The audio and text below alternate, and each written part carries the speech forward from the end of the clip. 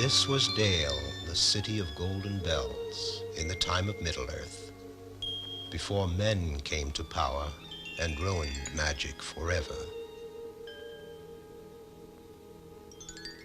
And this is the Arkenstone of old, the white heart of the mountain, the central treasure of all the vast treasures of this golden realm. Suddenly, it was all destroyed by the monster lizard Slag the Terrible. Slag, the agent of evil on Earth. And he dragged off the treasures of Dale, even the Arkenstone itself.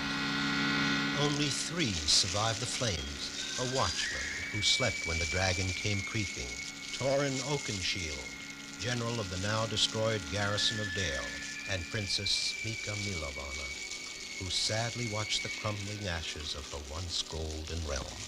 Gandalf, whispered General Oakenshield. Only the great wizard Gandalf can help us now.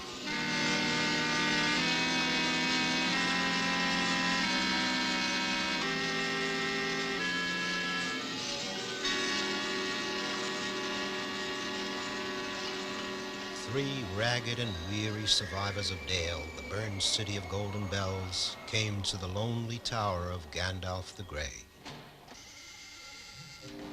So it has come to pass, said the great wizard, that Dale has been destroyed by Slag, and that he nests on the treasure in the carved halls under Lonely Mountain, just as it is written in the great book.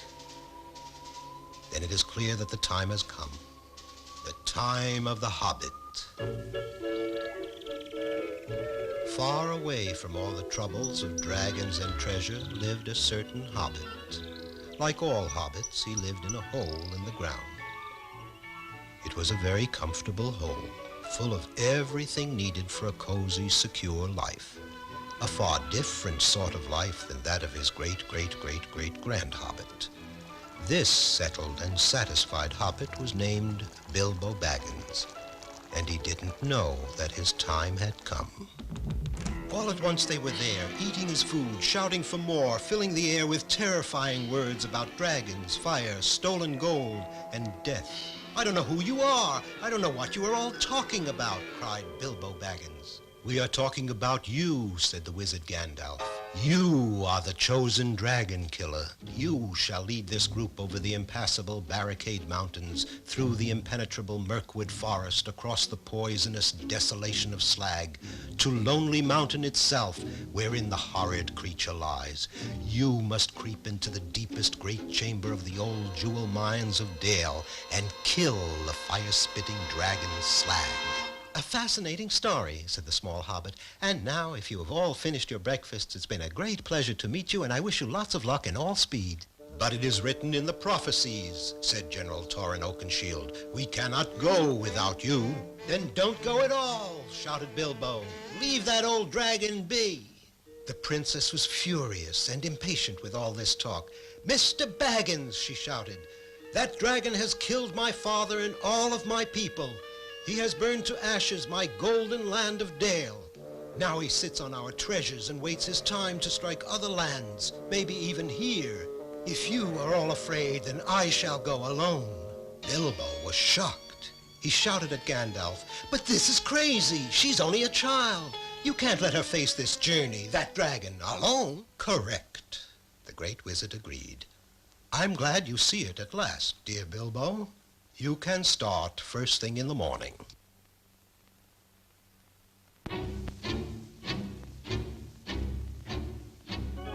And so they set out to follow the ancient map. Leaving the comforts of Hobbiton behind and carrying barely enough food for the usual Hobbit between-meal snack, the conscripted dragon slayer and the 3 survivors of Dale struggled across the great barricades. Gandalf the Grey watched from his own distance. He knew well what terror waited along this craggy path. A crushed cabin burns a stolen lamb to feed groans, hungry brutes with skin as thick as bark. But people meat is their favorite food. The legends say that groans must be in their caves before sunrise, or they'll surely turn into dry trees rooted to the ground forever. But there was a long night ahead, and this puny lamb would serve only as an appetizer as the unsuspecting travelers approached. The smell of roasting lamb was too much for the starving hobbit, but the others, being bigger and even hungrier, knocked him spinning into a hollow log. In no time at all, the three were tied to the roasting spit. But the second groan was angry that the first had burned the lamb and demanded that the new victim should be boiled instead of roasted. The first groan furiously knocked the spit from the flames and shouted that the second should be happy to have people flesh at all. Now the hobbit saw that he might save the others if he could just keep the brutish groans fighting among themselves. He was a good mimic, and he hoped the hollow log would amplify his small voice. The second groan's lips didn't move, but his voice seemed to shout, "No stupid ape like you can tell me how to eat my food." "Who are you calling stupid, you ugly knothead?" roared the first. Soon the dull-witted groans forgot all about their dinner and were busily trying to kill one another. They fought and cursed each other through the night till the first rays of the sun caught them by surprise. Bilbo had tricked them, and now they would be rooted to this spot forever.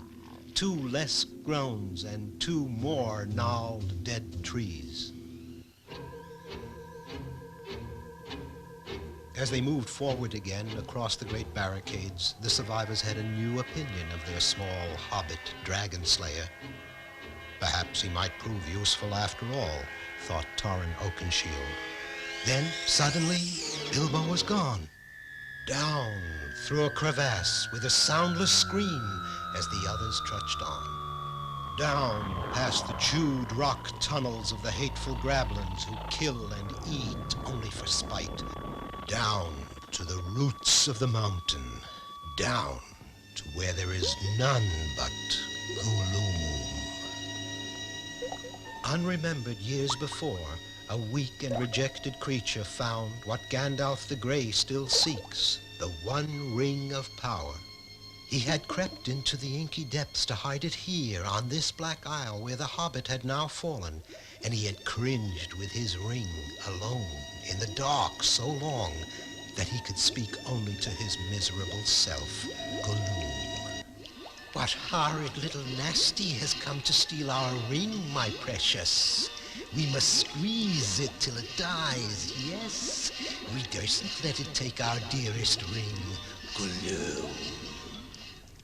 Bilbo did have the ring. Magically, the one ring of power had found its true bearer. It was Bilbo Baggins the Hobbit.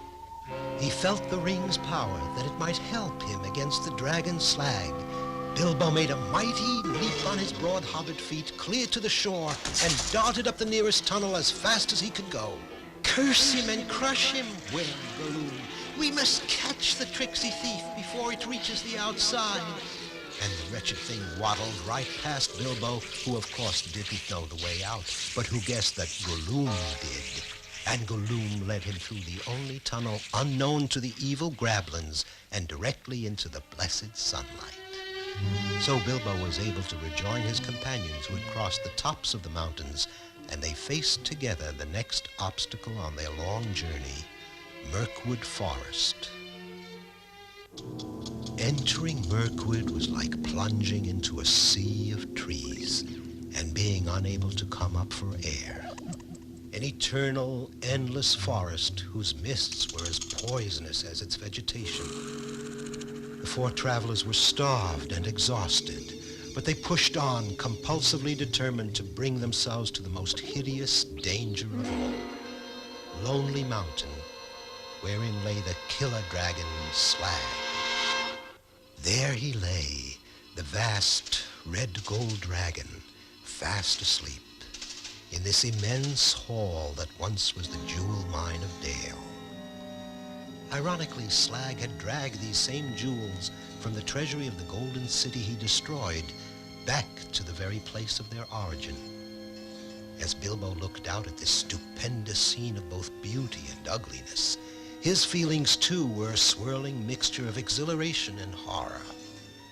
Then, out of this staggering panorama of gems, he suddenly saw only one. It was the Arkenstone of Dale. Now the tiny hobbit knew exactly how this lizard must die. It was the bravest thing he had ever done, certainly braver than anything the comfort-loving squire of Hobbiton ever would have imagined he could do. Perhaps it was only the power of the ring he wore. Perhaps it was his growing love for the Princess Mika. Or maybe it was only that he knew that someone had to do it. But he did it. He climbed the diamond vest of the slumbering dragon and he stole the Arkenstone. Together with the others, he fashioned a powerful crossbow from old mining tools. And the Arkenstone, the white heart of Dale, was the arrowhead destined for the black heart of Slag.